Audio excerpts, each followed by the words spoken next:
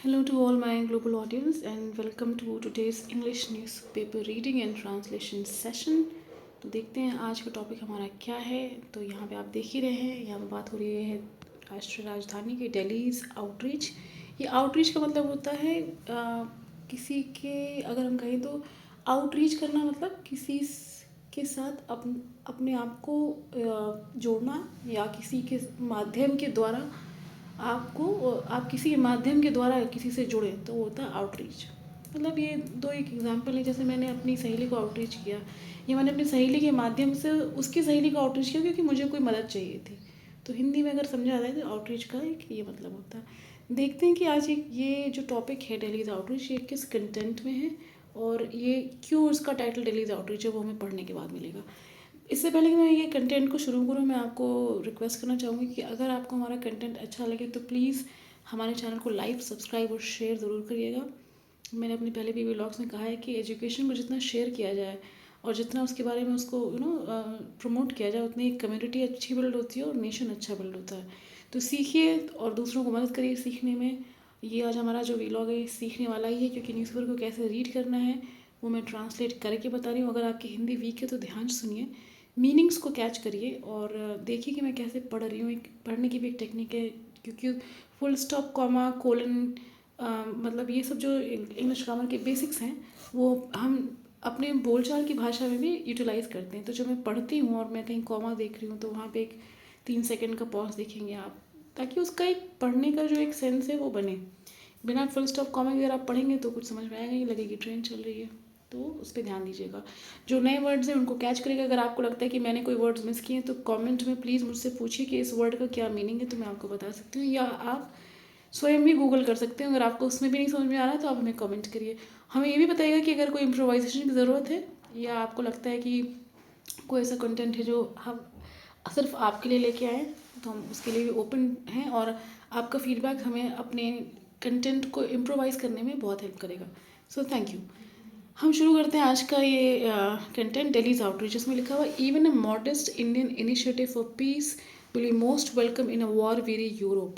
Even a modest Indian initiative for piece, इसका मतलब ये होता है कि एक ही छोटा सा मॉडेस्ट, मतलब एक हम्बल कहा जाए। मॉडेस्ट मतलब एक इवन, मतलब एक कोई भी इवन या कुछ भी या कोई भी, एक मॉडेस्ट मतलब एक हम्बल इंडियन इनिशिएटिव अगर इंडियन पहल करता है पीस के लिए, for piece will be most welcome in a were very Europe. एक छोटा सा मॉडेस्ट हम्बल कदम, एक एक इनिशिएटिव मतलब एक पहल करना शांति के लिए, एक बहुत ही वेलकमिंग, मतलब एक खुश भरा, या जैसा आप किसी को वेलकम करते हैं, किसी के आने पे खुश हो गए, वेलकम किया आपने, वो वेलकमिंग होगा इन अ वॉर वेरी मतलब जो वॉर प्रोन है यूरोप, क्योंकि हम देख ही रहे हैं रशिया यूक्रेन का वॉर चल रहा है। फिर देर आर मतलब बहुत ही एक इंटेंस वहाँ पे एक तरीके का टेंशन है, क्योंकि वहाँ पे हॉस्पिटल्स पे अटैक हो रहा है, वहाँ की जो पूरी इंटायर जो वहाँ का कंस्ट्रक्शन है वो डैमेज हुआ है, मिसाइल्स लॉन्च हो रही हैं, तो एक बहुत ही अनरेस्ट है। तो यूरोप के लिए अगर कोई पीस टॉक्स के लिए हम भारत एक छोटा सा भी इनिशिएटिव लेता है तो वो उनके लिए वेलकमिंग है, क्योंकि वो वॉर वेरी हैं, मतलब एक लड़ाई, एक जंग के अफेक्टेड हैं। वेरी मतलब अफेक्टेड हैं। और वेरी ये भी होता है कि वो बुरी तरह से दुखी हैं, या वो एक मतलब वेरी का मतलब सिंपल समझ लीजिए कि अच्छी कंडीशन नहीं है, वो दुख में है, संताप में है, उनके घर टूट रहे हैं, मिसाइल्स लॉन्च हो रही हैं, बच्चे डरे हुए हैं, लेडीज डरी हुई हैं। तो वो ना एक उनका जो एंटायर नेशन है वो बहुत इस समय दुख में चल रहा है। देखते हैं यहाँ क्या कहा कहते हैं आगे passage. Prime minister Narendra Modi push for an early end to the war in Ukraine. तो ये इसका मतलब ये हुआ कि जो हमारे प्रधानमंत्री जी हैं माननीय नरेंद्र मोदी जी का एक पुश हुआ है ताकि एक अर्ली एंड हो जाए जो वॉर यूक्रेन में चल रही है। इन इस फ़ोन कॉल्स, फ़ोन के माध्यम से ऑन वेडनेसडे, मतलब बुधवार को जो उन्होंने कॉल के माध्यम से एक पुश किया है कि इस वॉर को ख़त्म किया जाए, to Russian president Vladimir Putin and his counterpart in Kyiv. Kyiv एक जगह है, काइव एक जगह है अगर हम कहें तो, और वहाँ पे जो उनके काउंटर पार्ट बैठे हैं उनसे भी बात करी गई है और रशियन प्रेसिडेंट व्लादिमीर पुतिन से भी बात करी गई है। ये छोटी सी पहल मोदी जी ने करी है ताकि वहाँ की जो वॉर है वो जल्दी ख़त्म हो जाए। Vladimir Zelensky comes amid the military stalemate on the ground and a gathering political sentiment in favor of a negotiated settlement। तो जो ज़ेलेंस्की हैं वो यूक्रेन के प्रधानमंत्री हैं, व्लादिमीर ज़ेलेंस्की। आप इसे गूगल भी कर सकते हैं। ये क्या कहते हैं? ये कहते हैं कि comes amid the military stalemate. वो जो ज़ेलेंस्की हैं वो कह रहे हैं कि भाई एक मिलिट्री स्टेलमेट का जो एक ग्राउंड में जो चल रहा है, मतलब वहाँ की यूक्रेन की धरती पे जो अभी मिलिट्री शासन लगा हुआ और एक वॉर का एक इफेक्ट हुआ है, वो एक पॉलिटिकल गैदरिंग सेंटिमेंट इन, मतलब वो ये कर रहे हैं अपनी तरह से कि वो he is trying to gather political sentiment in favour of a negotiated settlement. तो वो, क्योंकि वो वहाँ के प्रधानमंत्री हैं, तो वो बाकी देशों के प्रधानमंत्रियों से भी ये कह रहे हैं कि भाई पॉलिटिकल आप सेंटिमेंट के माध्यम से भी एक नेगोशिएटेड सेटलमेंट कराए, ताकि ये जो वॉर है ख़त्म हो। देखिए वॉर हो, लड़ाई हो, झगड़ा कहीं अच्छा नहीं है। तो ये वो चाह रहे हैं कि जो इतनी लंबी एक यूक्रेन की वॉर चल गई है, मेरे ख्याल से 2 साल तो हो ही गए हैं। लॉकडाउन या कोरोना में सुना था कि ये अटैक हुआ था, रशिया यूक्रेन का वॉर चला था और अभी तक ये चल ही रहा है। तो उन्होंने कहा कि भाई जो हमारा एक पॉलिटिकल सेंटिमेंट है उसके चलते भी हमें एक फेवर्ड नेगोशिएटेड सेटलमेंट चाहिए ताकि वॉर ख़त्म हो जाए। It is perhaps premature to talk of a major Indian role in ending the brutal war in heart of Europe. It is perhaps मतलब ये कहना, it is perhaps मतलब ये कहना अभी बहुत premature हो जाएगा। ये कहना it is perhaps premature to talk, मतलब ये कहना बहुत अभी premature हो जाएगा, मतलब बहुत जल्दबाजी हो जाएगी। To talk of a major Indian role, कि भाई इंडिया ने कोई बहुत मेजर रोल अदा किया है in ending the brutal war in the heart of Europe.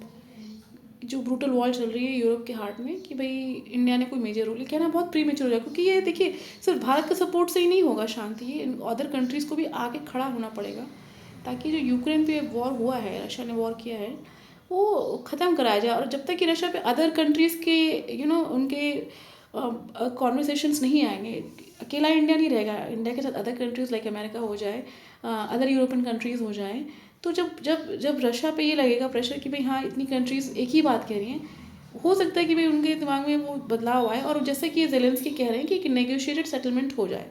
भाई जो भी वॉर का रीज़न है उसमें एक नेगोशिएशन हो जाए, मतलब आगे पीछे कोई बीच का रास्ता निकल जाए जिससे वॉर ख़त्म हो जाए। The earlier initiatives by Turkey, China to promote a ceasefire and negotiations between Moscow and Kyiv had fizzled out.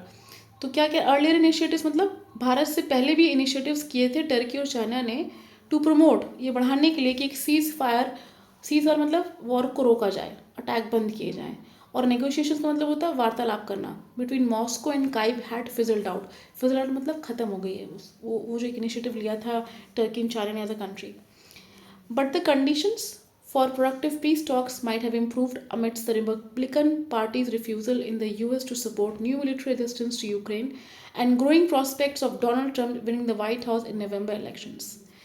लेकिन हो सकता है कंडीशंस यहाँ पे प्रोडक्टिव पीस टॉक्स की इम्प्रूव हो जाए, क्योंकि अमिस्ट मतलब क्योंकि चलने वाले हैं रिपब्लिकन पार्टीज़ के रिफ्यूज़ल्स इन द यूएस, क्योंकि उनका रिफ्यूज़ल चल रहा है रिपब्लिकन पार्टी का कि वो सपोर्ट करें न्यू मिलिट्री रेजिस्टेंस जो यूक्रेन को दी जा रही है, एंड ग्रोइंग द प्रॉस्पेक्ट, और जो प्रॉस्पेक्ट्स ग्रो हो रहे हैं डोनाल्ड ट्रंप के कि वो जीतेंगे वाइट हाउस में नवंबर इलेक्शंस में। तो ये एक छोटा सा एक कंडीशन बन रहा है कि एक प्रोडक्टिव पीस टॉक हो जाए, जबकि ये रिपब्लिकन पार्टी रिफ्यूज़ल कर रही है कि भाई हमको यूएस सपोर्ट नहीं देना न्यू मिलिट्री सर्विसेज को, ताकि वो असेस करे यूक्रेन को। हो सकता है कि इन सब के चलते एक प्रोडक्टिव पीस टॉक्स का इन्वायरमेंट बने। Modi's phone calls also come week before major peace conference on Ukraine that Switzerland is organizing in coming weeks.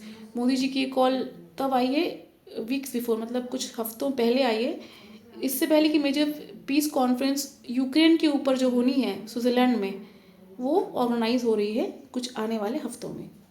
तो ये टाइमिंग हो सकता है कि भाई एक पीस कॉन्फ्रेंस में जा रहे हैं तो एक अर्ली कॉल भी कर दें, हो सकता है 4 हफ्ते बाद वो कॉन्फ्रेंस है, लेकिन हमने 4 हफ्ते पहले वो बात कर दी, तो हो सकता है कि कहीं ना कहीं कुछ हेल्प हो जाए। The Indian diplomatic initiative comes amid an important shift in international interceptions of India's role in Ukraine. Indian diplomatic initiative comes मतलब जो इंडियन डिप्लोमेटिक का जो इनिशिएटिव है, मतलब जो पहल है, इनिशिएटिव मतलब पहल, आता है अमिड मतलब उस बीच या उस दौरान an important shift in international perceptions of India's role in Ukraine. जबकि एक अच्छा परसेप्शन बन रहा है कि इंडिया का रोल क्या होगा यूक्रेन के लिए। Ever since the Russian invasion of Ukraine in February 2024, जब से रशियन इन्वेजन मतलब रशिया ने इन्वेड किया है, मतलब यूक्रेन को पे वॉर छिड़ा है फरवरी 2024, इन फरवरी 2024, अब वो ये कह रहे हैं India has received many brickbats in the West for its refusal to criticise the Russian aggression formally. तो इंडिया ने बहुत रिसीव किया है ब्रिक बैट्स, मतलब उनको बहुत कड़े शब्दों में, भाई इंडिया ने बहुत कड़े शब्दों में ये कई कंट्रीज से एक बातें ली हैं, क्योंकि वेस्ट से जो आ रही थी, क्योंकि भारत ने रिफ्यूज़ किया था कि वो क्रिटिसाइज़ करेंगे रशियन एग्रेशन को। मतलब जो रशियन एग्रेशन क्या था भाई, कि जो यूक्रेन में अटैक किया वो रशिया का एग्रेशन था, क्योंकि वहाँ के सिविलियंस तो मारे गए, हॉस्पिटल्स ख़त्म हो गए, घर ख़त्म हो गए, वहाँ पे लोगों को छोड़ना पड़ा, वहाँ पे लोग मर गए। तो ये एग्रेसिवली जो उन्होंने अटैक किया, इस पर जब भारत ने जब कुछ बोला नहीं, तो ब्रिक बैट मतलब एक उनको वेस्ट से एक hard conversation I. Delhi's presumed political tilt towards Russia in the Ukraine war was magnified by the surge in India's oil purchase from Moscow. ये कहते हैं कि दिल्लीज प्रिज्यूम पॉलिटिकल टिल्ट, मतलब दिल्ली में जो पॉलिटिकल टिल्ट था रशिया की तरफ यूक्रेन वॉर के चलते, वो बड़ा हो गया, क्योंकि ये कहा गया कि भाई इंडिया का जो ऑयल परचेज होता है वो होता है मॉस्को से।